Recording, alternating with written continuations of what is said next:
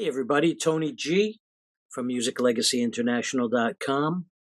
Today on the podcast we have Bob Evans, former lead guitar and lead vocals for the band Badfinger, also known as Tony King, creator, owner, and executive producer of eSong Global Rock.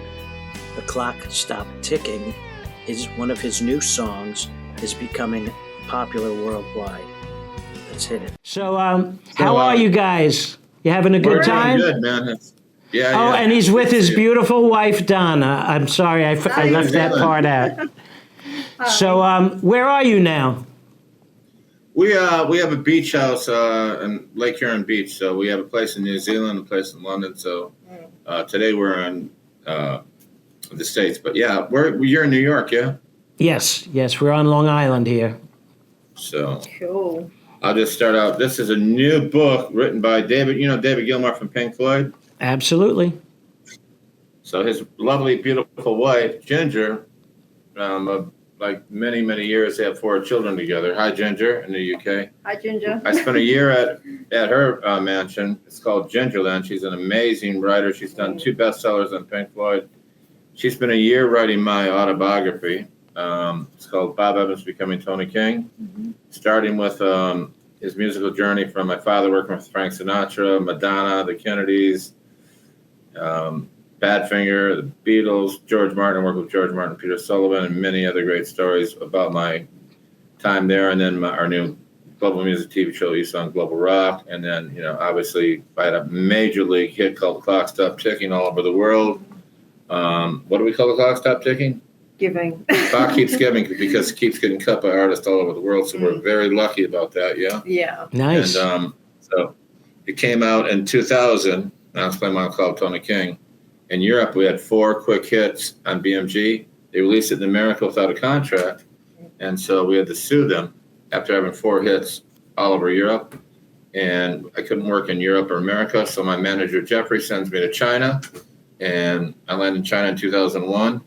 And to the Ministry of Culture, he goes, "You are a king," and he says, holds up the copies of Clock Stop Ticking, and he says, "You're Tony King." So the Clock Stopped Ticking by Tony King. Did 18 days in China. A month later, I was in Russia. Landed at Shurmauta 2 in Moscow. Здравствуйте, Moscovites. Yishang, Chinese. And then went to India, then all over Latin America, and then all over East. So that's how you became Tony King. Yeah. Bob Evans Becoming Tony King. Many years. The Gilmours, Dave and Ginger. Frank Barcelona at Premier Talent was my. He did. This is how I met Badfinger, so we're breaking it. But Frank had Led Zeppelin, Humble Pie. He had U2, Bruce Springsteen, The Who, the Allman Brothers. But Frank was my agent. I met him when I was like 15 in Toronto.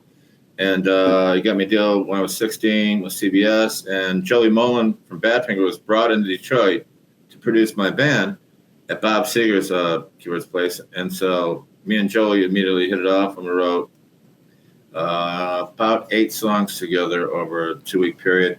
Joey suggested the management to Frank Barcelona. We take the band out to LA. And my friend Gary Wright, the Dreamweaver, who actually played piano on the Nielsen Badfinger song, Without You, for Harry Nielsen. Yeah. No, I can't get to see that in your face. That Tom Evans song. Yeah, that was a classic. And so yeah, definitely. We did this with Gary Wright and Joey Mullen, and I met Kenny Hark from Badfinger, who was working on the Badfinger Airways record. It was a huge comeback record with Kenny Hark, Nicky Hopkins, keyboard player for the Stones, Joey, and then Tommy. Tommy Evans was driving a cab in England. He had been in a band called the Dodgers. Tommy was a founding member of Badfinger, so let's back up a little bit. And Joey was laying carpet when my partner in Badfinger today, Kenny Hark, put Badfinger back together. Tommy had been in this band. He got to deal together with Muff Winwood. Remember Muff Winwood, Steve Winwood's brother from I'm a Man. Oh, yeah. The Davis Group. So these 2 guys, Bob Jackson and a guy named John Wilson, kicked Tom Evans out of his own band, the Dodgers, right, in 75, 76. After Tommy had written 2 hits, they got the Dodgers, this band Tommy was in. got the deal on Tom Evans' name because he wrote Without You and Hello. He was a founding member of Badfinger, right? So they kicked him out of his band. Make a long story short, Tom had to go out and drive a cab. And that's when Kenny Hart called him up. Joey was laying carpeting. Soon they put Badfinger back together and they did the Airways record. Kenny did like 100 demos with Badfinger from 76, 7, 78. And they released that record with Kenny writing a couple of great songs on it. Look Out California, Hold On. And at the same time, right after they had finished that, Joey had taken us out, me as a young kid, out to LA. I'm out in Los Angeles, working with my brother, John Evans and Stephen John, guys from my band, and then Gary Wright and Joey Mullen. We wrote 14 songs together, and they were just killer songs because Joey Mullen was a great songwriter, great singer. He played and sang and everything, and it was like a Badfinger record, right? It was great, man. And now, let me ask you a question about Joey. Great guy. When you played with him out in L.A., the guy who I just interviewed before you, Kerry Carney, he's got a great blues band. He was playing with Joey also, but I don't know if it was around the same time. Do you know Kerry Carney? In the 90s. I don't know, but when I knew Joey, he was, they had a 3-album deal with Elektra, and Kenny Hart was kind of like the band leader for Tommy and Joey. And so because Tom was drinking a lot, and then Kenny Hart couldn't take the drinking. Kenny had been working with guys in Cheap Trick. He turned down jobs with AC/DC, Dire Straits, Tom Petty. He arranged all the stuff at Sound City, for example. They did like 100. There's like 100 unreleased Badfinger songs that my partner Kenny Hart did with him. So they wrapped up that record. He spent 3 years doing that. So they wrapped that up, and very quickly I met Kenny out there. And then Tom Evans and Mike Gibbons, the two other founding members. There was Pete, Tom, Mike, if you remember. If you want it, here's come and get it. So that was my first Badfinger. After they heard the Joey Mullen record, if I would join Badfinger. They asked me to join Badfinger, right? All three of them, Joey, Tommy, and Mike. There's a lot of that stuff that's on a thing called, there's songs with me, Joey, Tommy, and Mike wrote called Evans and Evans. But they asked me to join a band. Frank Barcelona said categorically, no, you're working on your solo career, and that was it. And Tom Evans kept calling me. And finally, Frank Barcelona, the godfather of New York, premier talent, may he rest in peace, said, okay, under one condition, that you and Tom write all the songs. And before I knew it, Tom Evans and Mike Gibbons were on the next jet over to my house in Birmingham, Michigan. And we went to work on a new Badfinger record called Messenger. And Joey couldn't do it because he was doing the guy did Crocodile Dundee soundtrack. And so he couldn't join the band at that time. But anyways, me and Mike and Tommy, they moved in my house. And we went to work very quickly and wrote about 50 songs together. Tom Evans, let it be known, was a ingenious songwriter, wasn't drinking, wasn't using drugs. Frank Barcelona was overseeing everything in New York City, premier talent. And things were going great. And then he put us on the road. I brought 1, 2, 3, 4. It was a 7-piece band. I think it's the best version of Badfinger. I was fronting the band, singing lead vocals, playing lead guitar, slide guitar, and piano. Tom Evans was playing bass, the founder of Badfinger, with Mike Evans, another founder of Badfinger, playing drums and singing. Great band. We went out, and then in '82, Frank had set up a deal with one of his artists, Led Zeppelin. Not, a huge band, but with their record company, Atlantic, and for the Messenger record, it was going to be a 3-album deal. Tommy he relapsed and started drinking in May of '82. And because the Pete Hammett era of Badfinger had haunted him, right? And he was being sued. He walked in. We were on a turnpike on the East Coast near New Jersey, and walked in, and he'd just been served, right? And so papers on a lawsuit in England.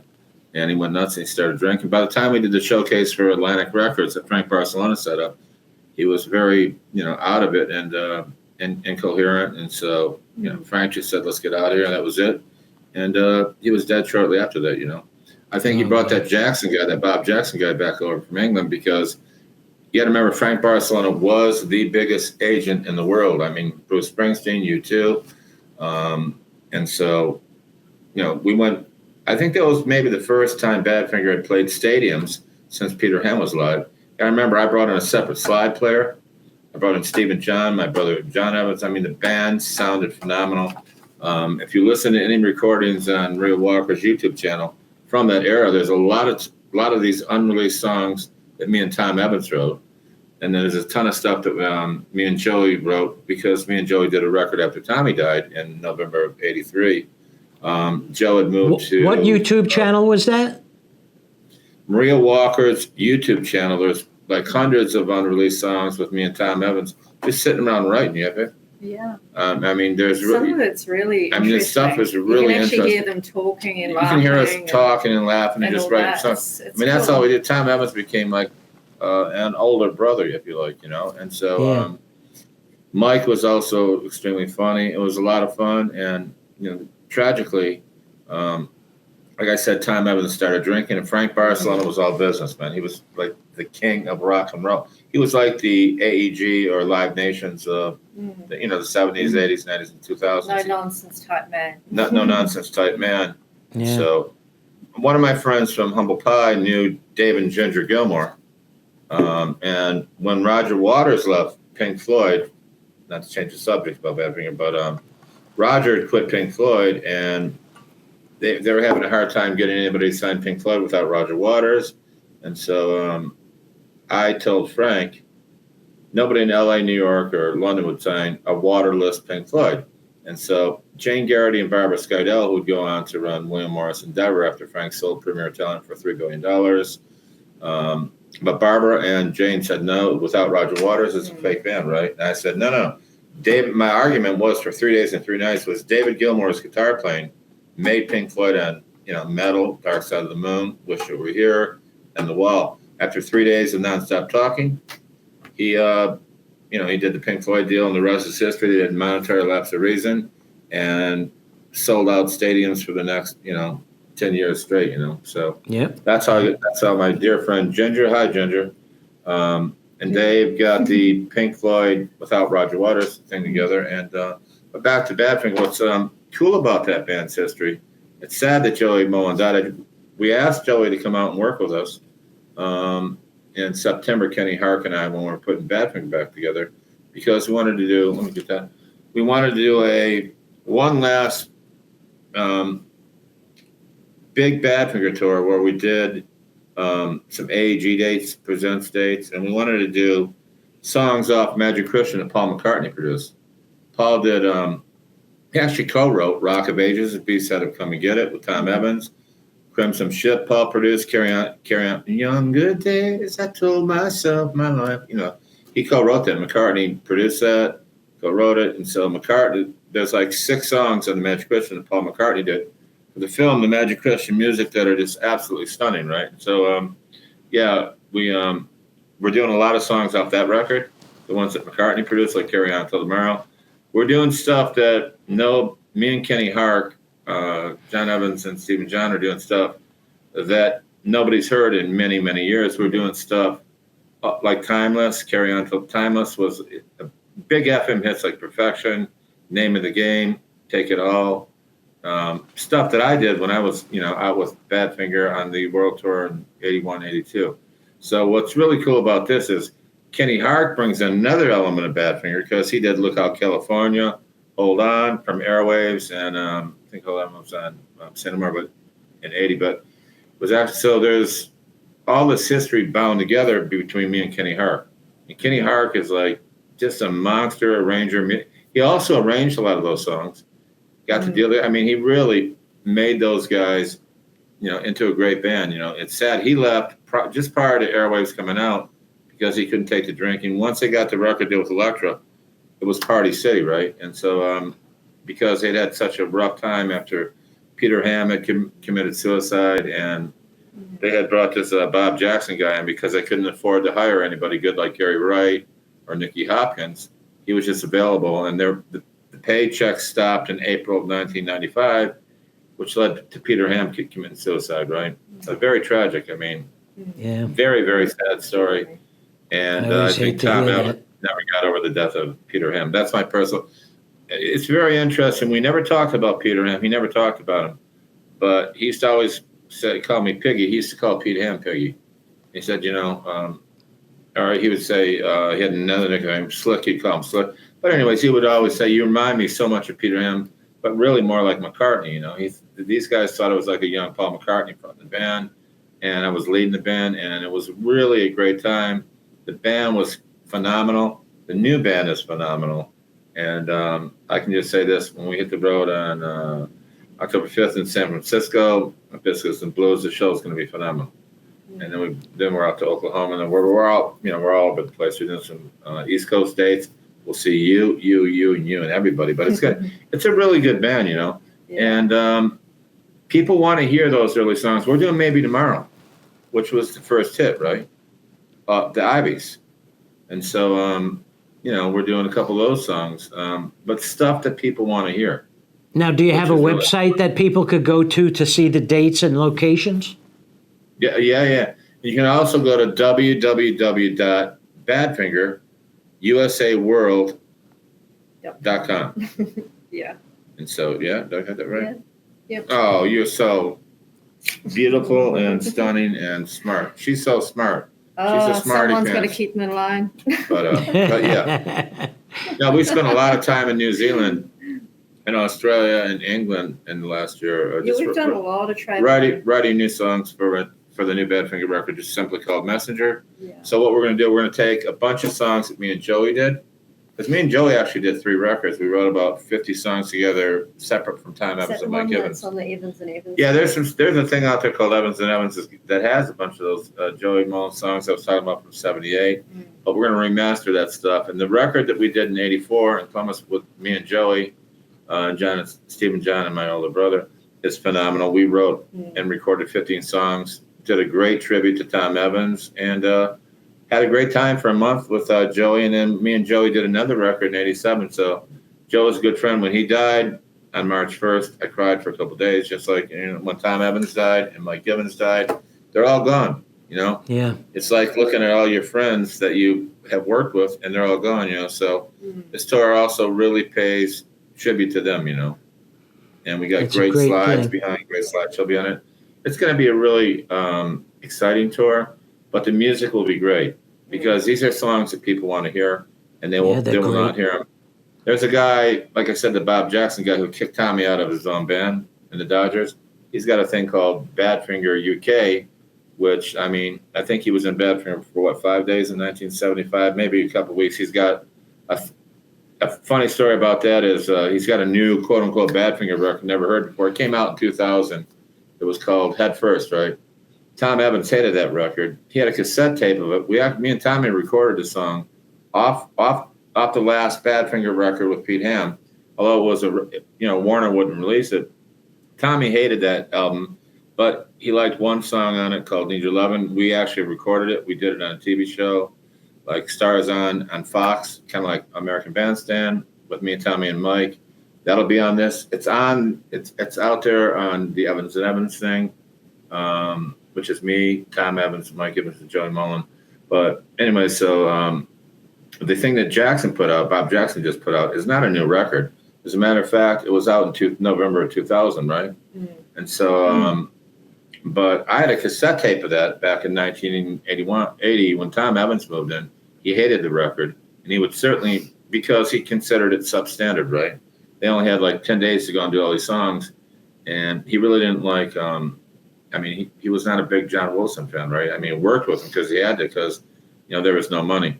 I was shocked when, after I left the band, John Wilson took him to Milwaukee because they couldn't. Once Frank Barcelona left, they had a hard time getting dates, and so Bob Jackson and Mike Evans's new girlfriend, who was our guitar players, living for 7 years, this girl named Ellie, they went to Milwaukee thinking they could get dates from this guy named John Cass in '83, who ended up suing Tom Evans for $5 million and, was going to take his house. The day he committed suicide, he was very distraught about that. And he would turn to Marianne and said, what am I going to do? It was horrible. And again, I got called by Tom Evans in the summer of '83. Would I come out? So I actually went to Milwaukee and saw what was going on. It was really sad, very, very sad. And so they had like a handful of dates. I went on a couple of them. It was terrible. The band wasn't very good. And I don't ever say anything bad about fellow musicians, but Tom Evans, I always felt guilty that I should have been there to take care of him, like an older brother, right? He should have went back to England. Somebody should have, Tony, somebody should have put Tom Evans into rehab, okay? That's my 15 years sober. That's my professional opinion on what happened to Badfinger. Badfinger was two things: a series of divorces and untreated alcoholism. Peter Ham was so not drunk the night that he died. Had he been sober, I do not believe he would have committed suicide because, he had a baby on the way. And, eventually the Beatles had all that money in escrow, right? And they kept the money away from Stan Polly in London.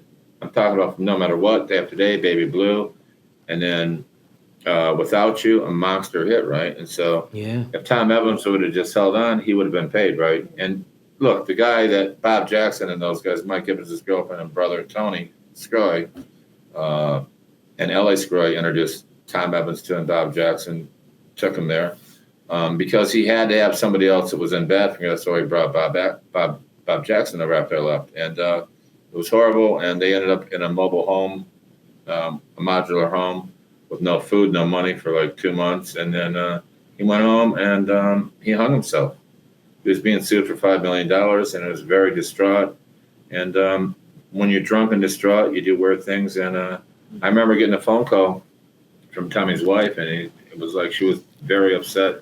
Tommy was hanging And then I got a knock at the door, and somebody from the USA Today Gannett Night Rider said, "Mr. Evans, how do you feel about the suicide of your bandmate Tom Evans in London 2 hours ago?" And I'm like, shocked, right? And the first thing I said was, tell them that house is now empty. That room is now empty. That cupboard is now bare. That house is now empty. And that clock has stopped ticking. That's where the line came from. Wow. Moving up the clock a few years later, I signed a deal with Peter Sullivan and George Martin, had a company called Air. Peter had, "It's not unusual to be loved," Tom Jones and Lulu, and George Martin had the Beatles. I was signed to a 5-year artist development, publishing deal, and management deal for 5 years to Air's American company. And I got to make records with the two greatest producers of all time for 5 years. Out of those songs, the best songs came out as Clock Stopped Ticking. George Martin said, "You need to refine that and finish that song, The Clock Stopped Ticking," which is really about the death of Tom Evans, right? And, it just went on and took on a life of its own. And we knew Peter Sullivan and George took it to Sir Tony Wadsworth, the chairman of EMI, and said, "Dear boy, this is not an English record." He goes, because at that time, in 99, 2000, Justin Bieber was happening, hip-hop, big time, Britney Spears. And so John DeMol, the guy that produced The Voice, was a friend of mine. He was kind of managing us with Ron Von Herren, a guy that works with him. And they took it to the head of BMG Europe. We got a deal, and we had 4 hits in a row off that record. Like I said earlier, they released it in America without a contract. And, we had a 66.9 comp rate, which is $6.99 a record. And we had Clock Stop Ticking, Nancy Rocker, Pretty Penny, and What Can I Do? One hit after another in Europe. They released it in America without a contract. And so we were forced to sue them in federal court. And during the lawsuit, I couldn't work. My manager in America, not agent, but manager, Jeffrey Beals, who had been at Concerts West, he had Elvis Presley with Jerry Weintraub. They had Wings Over America. They'd have to buy stadiums. They're like AG today. They'd have to buy stadiums and sell them out. Jeffrey had just got back from China. He said, "You need to go to China. It's amazing." So next thing I know, I'm in China in 2001, and that's where they changed my name to Tony King, Minister of Culture. I could have signed with Warner China, and the guy says, no. If you sign an American company in China, you only sell 100,000 copies. However, if I introduce you to my friend who's Minister of Culture, is a record called The China Record Company. Yeah. I walked in. He goes, "You are a king." He holds up my record, Clock Stop Ticking. And he says, but it says Tony King, Clock Stop Ticking. That's how I got to China. You heard that song? That's how I got to Memphis. That's how I got to China. On my way in, I wrote him a little ditty called "What a Beautiful Place Here in Beijing Town. waltzing you around in the Chinese sunshine. They were like, whoa, he wrote us a song, man. You know, the rest is history. A month later, I'm in Moscow, Drasky, same thing. I wrote them a song. Moscow is calling, same thing. Tony King, Clock Stopped Ticking, #1 in Russia. And then I'm in India, Under Indian Sky. So I'm a country songwriter, right? And then down to Brazil and Argentina days, rocking in Brazil, one country after another. I became a country. Yeah. Every country I went into, I wrote them a song and did it live in the shows, But yeah, we had a lot of fun. And during that time, I saw all these great artists all over the world. And so we started putting together a music TV show called Global Rock. We just called Global Rock. I sat back and watched my friend John What was it called? It was called Global Rock originally Global at the time. Rock. And then I saw John DeMol put together a show called The Voice. We sat back and watched, me and Jeffrey, Peter Sullivan, George Martin's part, and George Martin would come in. We saw these guys doing The Voice. They'd done Big Brother. These are the Dutch TV moguls that do massive amounts of reality TV. And so we said, we're going to do our own TV, our own music TV show, only we're going to use the biggest artists that I had just seen in China, Russia, India, Brazil, the four big bricks. What most Americans may not know, this may help them, is 75% of the world still buy, sell, and make records in the hundreds of millions.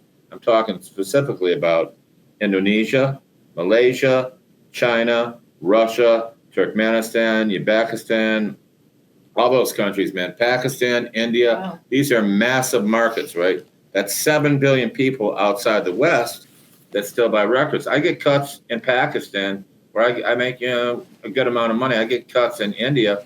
Clock Stop Ticking was just cut by the biggest star in Latin America, and she had a massive hit with it. Wendy Salka is like the Taylor Swift of Latin America. She did a duet with Justin Bieber. She just did a duet with Justin Bieber. I mean, she did it in Spanish, and I've had a massive amount of cuts in Latin America. Pretty Penny off Clock Stop Ticking was just cut by Sam Menez. He's like a rising Latino star. Mm-hmm. So what we do on East Song Global Rock, moving up the clock, I met Sony Pictures president Michael Marshall in 2017 through Ken Burrows. He's a New Yorker. Mm-hmm. Ken was married to Erica John, who wrote the book The Fair Flying, which sold 50 million copies, baby. And Michael Marshall was the vice VP of Columbia Pictures when he bought Erica's book, The Fear of Flying. The next day, Ken and Erica introduced me to Michael Marshall. He could not believe that I knew all these huge stars in every country around the world. And he said, you've got to meet the guys on my TV. We were on the phone for 7 hours, the initial call, right? He said, I've never met a guy that knows every artist in China, India, Russia, Brazil, Argentina, Egypt, Singapore, Malaysia, Indonesia, the world, right? Outside of America. And I said, yeah. And so the first thing that we did was he brought in James Kniff, who did Breaking Bad. Jamie also did the Trump thing, The Apprentice. He's done a lot of TV. But he said, kid, what you need to do is you need to have the biggest two artists in every country who've had a lot of hits host. And then so we have every country, like in China, we have Jay Chung and Leela Chun and Jim. They host. And then they pick their own artists. And they write part one as they introduce it, the Chinese host. Part two on CCTV, the biggest TV network in the world. Part two of the show is they write a new song. Part three of the show is they'll do Don Kershaw's in concert. Who's ever on that week in China, the biggest artist will do their biggest hit. Part four, they record the new song. And then that song's released into 128 other countries, including China, India, Russia, Brazil, Singapore, Malaysia, Egypt, Thailand. All over the world, right? And so, and then lastly, the guy Tom McKay, the president of Sony Music, Film and TV, who put the voice for John DeMol on NBC when he was at NBC, gave us more and more input. And so, because we have a record company, I own a record company called One Music, distributed by The Orchard, owned by Sony. Michael was put together. Michael Marshall's been overseeing the project since 2017, the president of Sony Pictures. And there was one last thing missing, and that was how do you, if there's a problem with an artist in Chile or Canada, how do you help that artist out? If they, you got to remember, we have it took us 5 years to handpick the greatest artists in 128 countries. We had to go through every artist in Morocco and make sure that they could sing in English. Didn't matter how many hits they had. They had to appeal to people in Russia and India, in Argentina, in China, in Singapore, Malaysia, and America, England, Europe, the world, right? And so because everything is streamed here now for free, if you're on our show, you make 40%, the artist makes 40%, we take 40 and Sony takes 20. So figure if 1 in 100 people watch Eson Global Rock in China, that's 100 million viewers. If 1 in 100 people watch Eson Global Rock in India, that's 100 million viewers. Right there, that's 200 million viewers because that's 6 billion people with Pakistan, Bangladesh, Eurasia, the 33 countries in Latin America. We have the biggest stars in every country in Latin America. So that's another 100 million people. That's 300 million people. Russia, Uzbekistan, Turkmenistan, Moldova, all these, Slovakia, Slovenia, Bulgaria. These are Hungary. These are massive markets, man, where they still buy, make, and sell records. So right there is, with Africa, I left out Africa, I left out my friends in Akia Savage. But in Africa, or Caroline Von Jospel in South Africa, these are major league stars, and they're hosts of our show in South Africa, right? So that's another, 1.7 billion people who still buy, sell, make records and watch TV, from Nigeria to Kenya to Algeria, Morocco, Tunisia. So right there is 500 million people outside of the USA, right? Outside of England, New Zealand, Australia, that's England, considerable. Scotland, Wales, and Europe, Canada, who still buy, sell, and make records in the hundreds of millions. So people are now calling us McCartney told me, he said, I sure hope this works. He said, if not, man. He said, he actually said the quote was, he said, Tony, he said, Bob, he said, this is a very ambitious idea. He said, I hope it works. If not, he said, we will not have a recording industry in the United Kingdom by 27, 28, because everything's not only being streamed for free, nobody's being paid from A to Z. I mean, this new AI thing that's and this new AI thing, they're now creating, Rick Vito has got a YouTube channel. It's a real word. He was showing how he made up an artist in 2 minutes time and put it out. There's a band, fake artist, right? So you got fake artists and you have fake bands now going out as holograms in America, England, Australia, Ireland, Canada, the West. If this is not, it's hurting enough. And it's already hurt enough, but so you have to understand that 75% of the world blocks Silicon Valley. They block Spotify. They block Google on YouTube.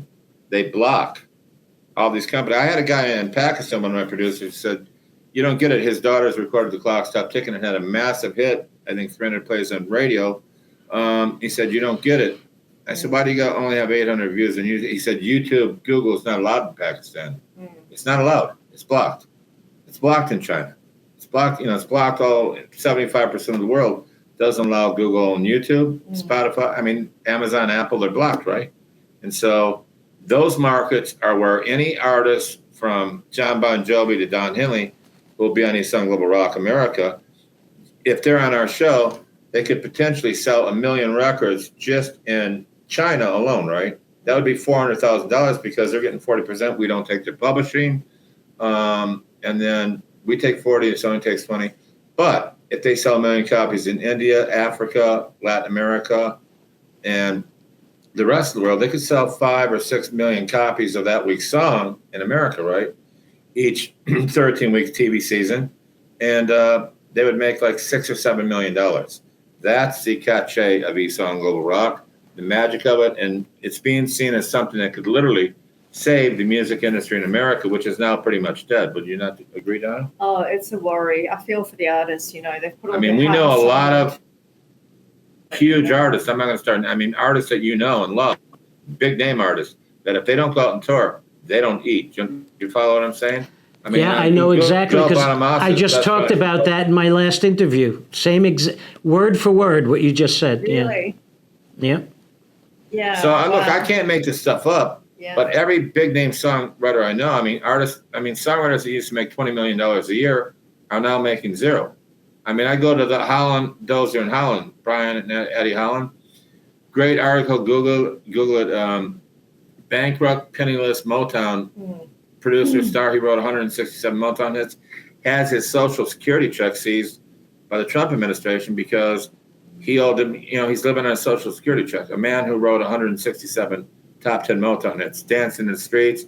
He produced and did all the Motown hits for, Heat Wave. It's a Mr. sad Postman. thing. Yeah.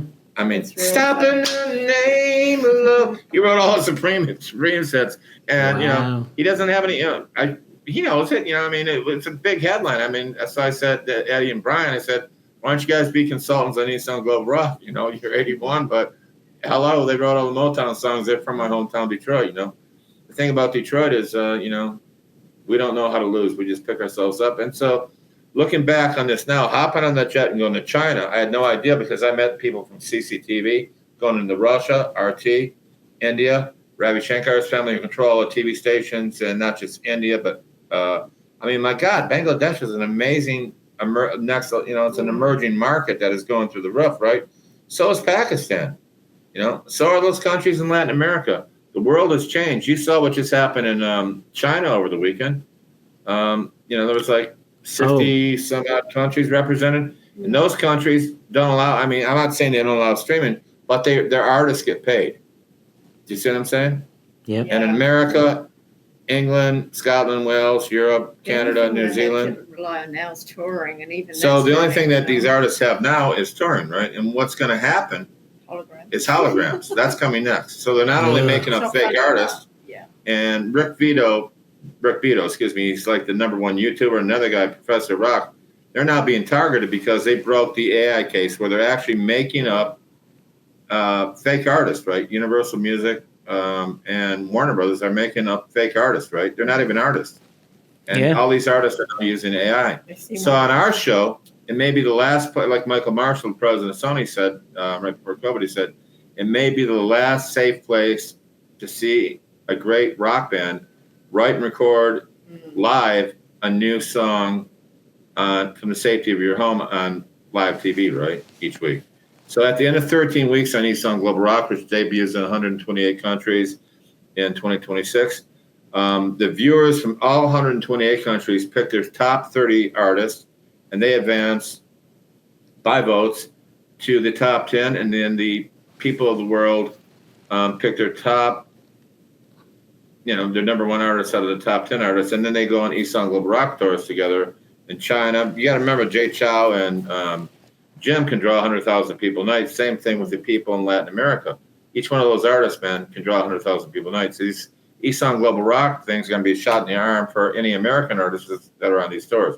It's going to be massive, huge, and something that can really, be a huge jump shot into the now, although it's not officially dead, U.S. music, UK, EU music industry. Ask anybody who's in the business, and if they're honest, they'll say, we don't have a music industry anymore.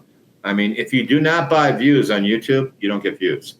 If you don't buy streams on Spotify, good luck getting them. How do I know? I own a record company for the soundtracks of East Side Global Rock. I refuse to buy views, right? And so I got into it with these tech criminals in Silicon Valley, and they destroyed 4 of my channels, gave me copyright strikes on songs that are my songs, right? Really? And, because I was helping a friend of mine from the Fleetwoods. I'm Mr. Blue, whoa, whoa, whoa. She had 1 billion views. My friend Johnny Barbada was in my band. Johnny was in the Turtles, Crosby, Stills, Nash Young, Airplane, Starship.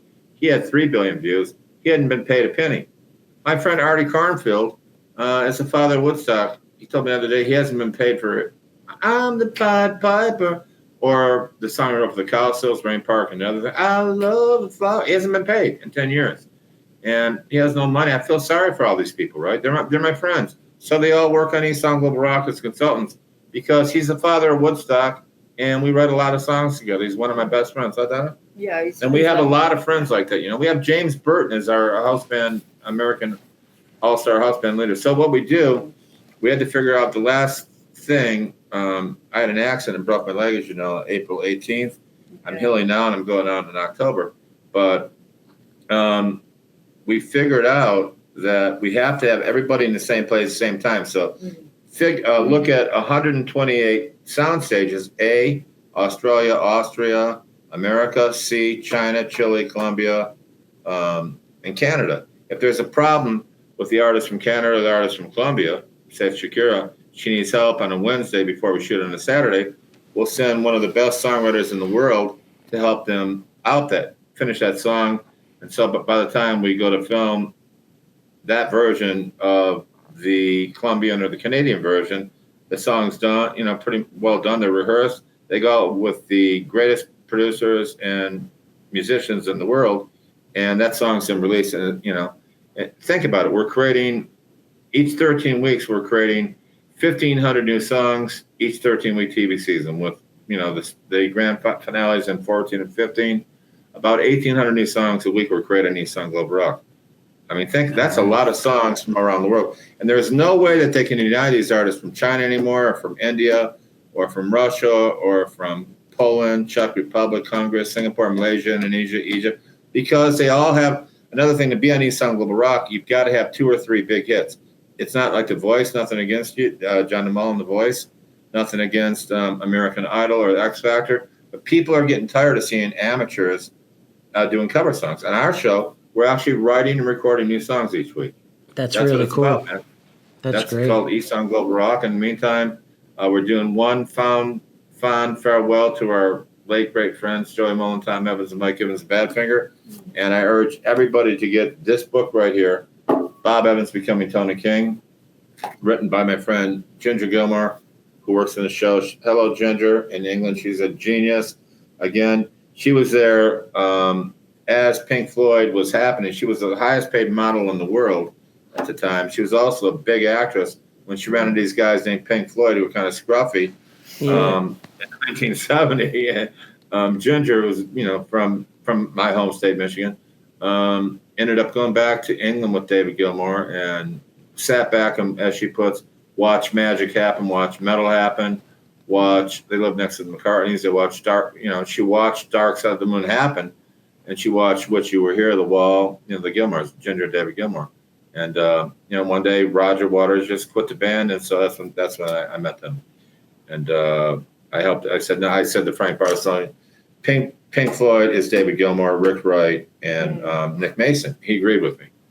And after 3 days of nonstop talking, he put Pink Floyd out without Roger Waters, and the rest is history, And just sorry that Roger was so bossy and so pushy to the other guys towards the end. But, David also did a couple great Syd Barrett records. If you remember Syd Barrett from Pink Floyd in the early days, David replaced him. He was not an original member of Pink Floyd, but he made Pink Floyd on Dark Side of the Moon. So that was always my argument. He made Pink Floyd on metal. He made Pink Floyd really on Wish You Were Here. And, those are the stellar Pink Floyd records. And so, I'm just happy that when Ginger called me up, she had done 2 best-selling Pink Floyd books. She invited me over to her mansion in England. And I spent almost a year. I think hers are available online, too. Yeah, Ginger Gilmour, Gilmour Behind the Wall. Memoirs of the Bright Side of the Moon. She's got a book of art. She's an amazing artist. It's all in here. I mean, about me going to China, Russia, India, all over the world. Yeah. Clock stopped ticking, my Badfinger days. Everything's in here. There's some really cool stuff. There's me when I was in Badfinger way back when with Tommy and Mike. Oh, cool. Tom Evans, my goodness. Oh, yeah, it's all in here, Get the new book, and we wish you a great, great, great Thursday, and we'll see you on tour. We'll see you on Nissan Global Rock, when, Donna? In 2026. So, now tell me a little bit more about that. We'll be able to get that here in the States? You'll be able to get it in every country in the world. Great. Because every country will have the biggest artist on in America, Canada, England. You'd be shocked at who's knocking and calling. I mean, really big A-list artists want to be on the show because they want to be seen in China. Emmylou Harris recorded a song that I wrote. She's a big star, man. She wrote a song I wrote called Prayer, right? That Nicky Hopkins and I wrote, keyboard player for the Stones. And she said, well, if I recorded it with Barbara Carr, another friend of mine, she knew that she would be seen in China, where I'm big, India, Russia. And she's a smart woman because she's not getting paid anything in America. It's all streamed for free. So I'm saying, and come on, she's Emmylou Harris, Same thing with Rod Stewart cutting Song of Love that me and Nicky Opposite wrote. It's on his box set out this Christmas. But again, I don't care. It doesn't mean a lot to me because it's all streamed for free. Do you see what I'm saying? I don't get paid, And I know about the quote unquote fakeness of YouTube. Unless you buy views, doesn't matter which ex-Beatle. I ask him, how did you go from 2,500 views to 2 million views on your new record? And somebody at Apple Records said, we bought them. I rest my case. Unless you buy views from a quote-unquote Google YouTube, what do they call those people, consultants, you don't get any views. I refuse to buy views. And so my mistake with those people, they actually removed my name from Wikipedia. This is interesting because I didn't know that they had that much power out in Silicon Valley. Apple, I'm talking about Amazon, I'm talking about Google, YouTube. But because I went after them on behalf of Artie Cornfield, Johnny Barbada from Turtles, Crosby, these guys had billions of views on their hits. Gretchen, the last really surviving member of the 1950s, she had 7 number 1 hits, man. Paul McCartney and Wings did Tragedy because that's her favorite singer. Hi, Gretchen. And so, and she's a great songwriter. And so my mistake, Ken said, is Ken Burrows is also Bob Dylan, Neil Young's attorney, but he said, if you sue these people, you have big problems because if you sue Google on YouTube, they'll come after you. I didn't know what he meant until they took down a channel, had 1 million views on the first video I put up in 2022. The next day they took it down. Wow. Next day I put up another channel, and I had 10,000 views, went down to 5,000, 500, 5 with 7 likes. How can you have 5 views and 7 likes? You can't. That's when I figured out, wait a minute, these guys have enormous power. What's happening now on TV in America, which is interesting, is about 80% of all TV is now watched on YouTube, right?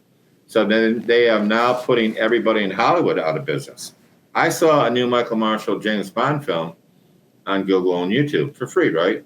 I mean, that's what the strike was about, the SAG-AFTRA strike in 2023. So I went like this to Google, F you, because you're not allowed into my markets. You're not allowed into China. You're not allowed into Russia. You're not allowed into Indonesia. You're not allowed into Pakistan. You're not allowed into 75% of the world, which is 6 billion people, right? And so, I mean, just the ad revenue from the show. But we don't look at it in terms of monetary thing. We look at it as saving rock and roll. Period. And it needs saving. Well, that's what East Long Global Rock will do. It's what we do. So we write and record new songs in 128 countries with the biggest artists from Hungary, the biggest artist from Paula Selling from Eastern Europe, the biggest artist Wendy Salka from Peru, the biggest artist from China, Lila Chun, the big Gorky Park from. I mean, these artists. We have Andrea Jeremiah, we have Kiba Jeremiah from India. They're superstars. They got like 1 billion real followers, right? And so you can imagine that, we'll have probably a couple hundred viewers just in India, and then Pakistan. We have Amia Bag and Amy and Aline Anthony. They're stars in these countries, right? So people are going to turn on TV and watch them. I mean, it's going to be a huge show, But yeah.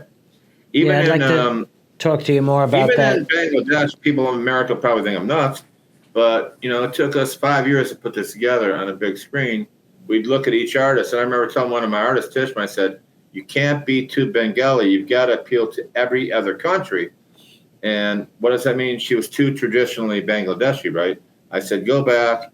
And she had like 5. She's one of the biggest artists. I said, to be a host, you got to come out and appeal to everybody. She came back out, and this is after she had 6 hits, Tishma. She came back out and had a new look and everything, and she's now one of our hosts in Bangladesh.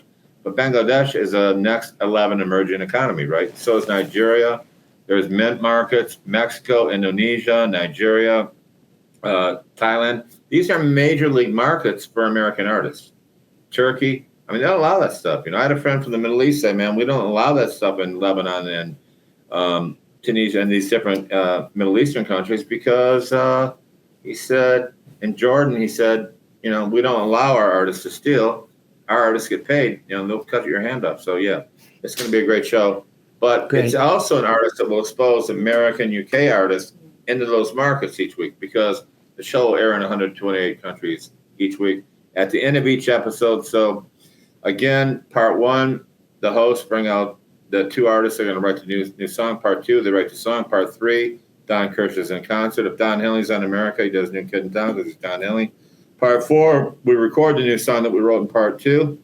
At the end of that week's episode, we record that song and send release simultaneously into 128 countries.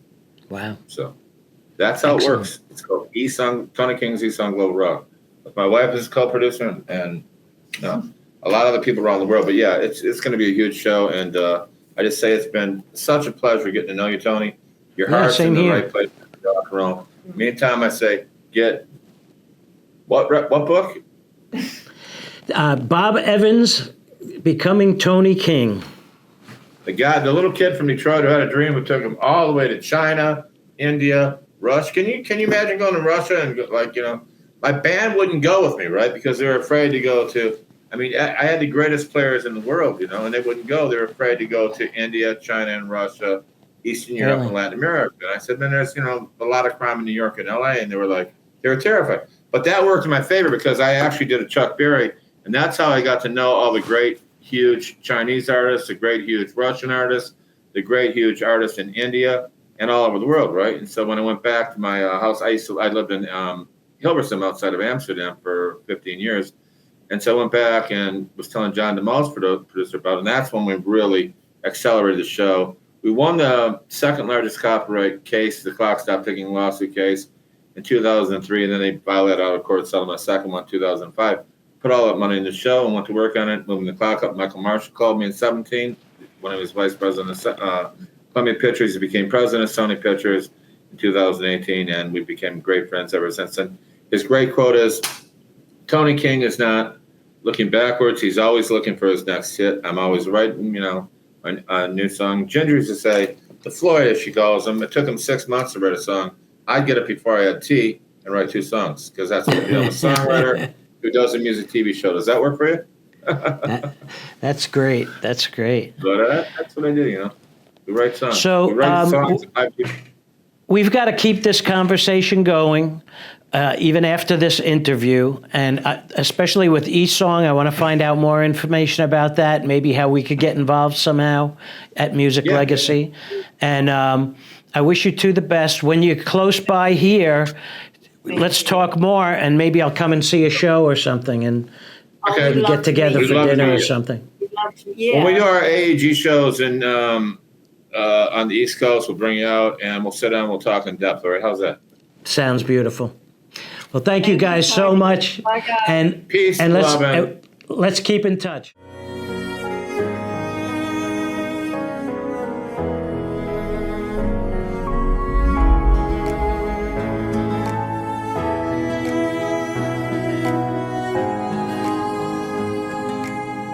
The clock stopped ticking and the cupboard's bare. There's no one there for her.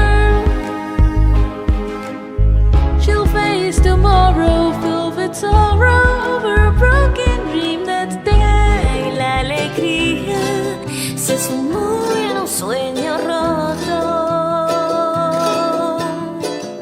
Su corazón lleno de pena, de rabia y de temor.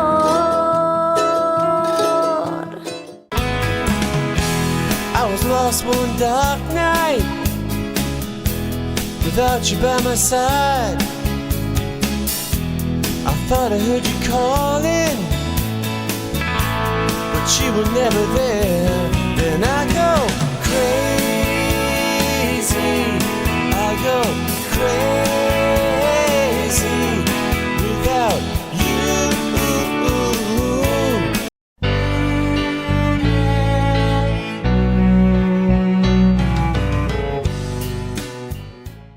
Stop ticking and the cupboard's bare. There's no one there for her.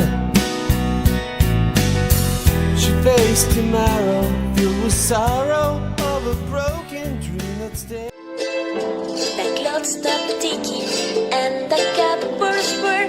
There's no one there for her.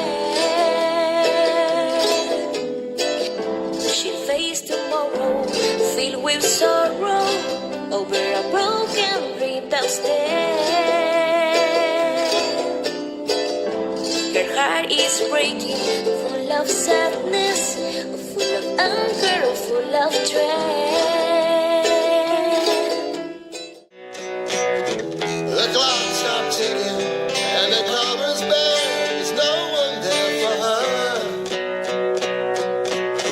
She faced tomorrow filled with sorrow of a broken dream instead. Her heart is breaking, full of sadness, full of anger. The clock stopped ticking and the cupboard's bare. There's no one there for her. She'll face tomorrow filled with sorrow, full of broken dreams instead. Her heart is breaking, full of sadness, full of anger, full of dread.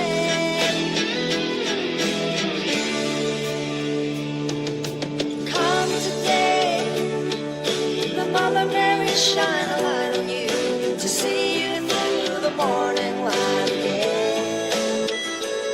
She's come to pray. The Father might have laid his hands on you to give you hope and show you there's a way. A way.